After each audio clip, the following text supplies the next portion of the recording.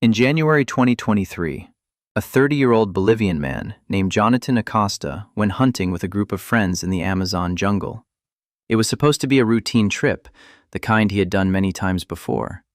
But somewhere in the dense, disorienting green of the rainforest, Jhonattan became separated from the group, and the jungle closed in around him.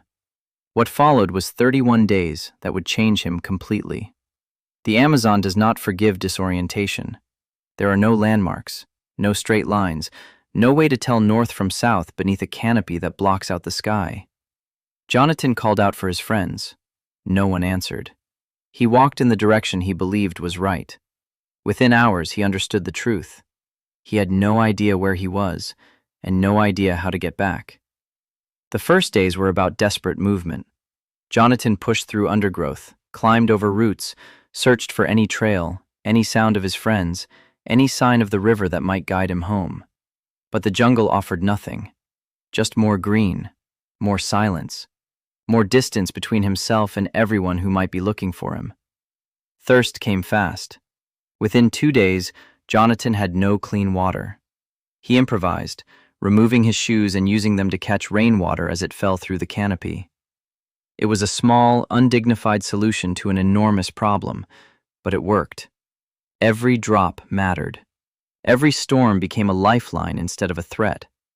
When rain didn't come, he did something most people would never consider. He drank his own urine. The disgust his brain screamed at him was overridden by something more powerful, the body's absolute refusal to shut down while there was still any option left.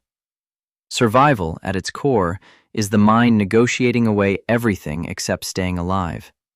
Food was an even harder problem.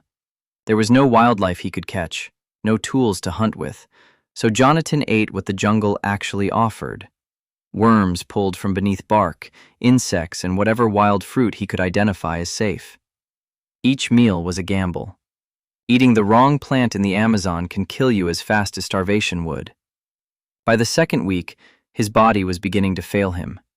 He suffered a dislocated ankle navigating the uneven jungle floor, turning every step into agony. Malnutrition set in. And then came something the mind does when it has been alone for too long, deprived of food for too long, and pushed past its limits. Hallucinations. Jhonattan began seeing and hearing things that weren't there. Neuroscientists who study extended isolation and starvation describe this as the brain's search for stimulation when there is none. Deprived of normal sensory input, the mind begins to generate its own. It is not madness. It is a functioning brain doing the only thing it can do to keep processing a world that has stopped making sense. Somehow, through all of it, Jhonattan kept moving. Day after day, his body deteriorating, his ankle swollen, his mind fraying at the edges, but some deeper part of him refused to simply lie down. On the 31st day, he saw something in the distance that his exhausted brain almost couldn't process. People. A search party. He could barely walk, but he crawled roughly 300 meters across the jungle floor to reach them, dragging his injured body toward the only thing that mattered. When they reached him, he had lost 17 kilograms. He was dehydrated, injured, and traumatized, but he was alive. Jhonattan later said the ordeal changed him completely. He gave up hunting for good, choosing instead a quieter life, grateful simply to have survived. That's last chance survival.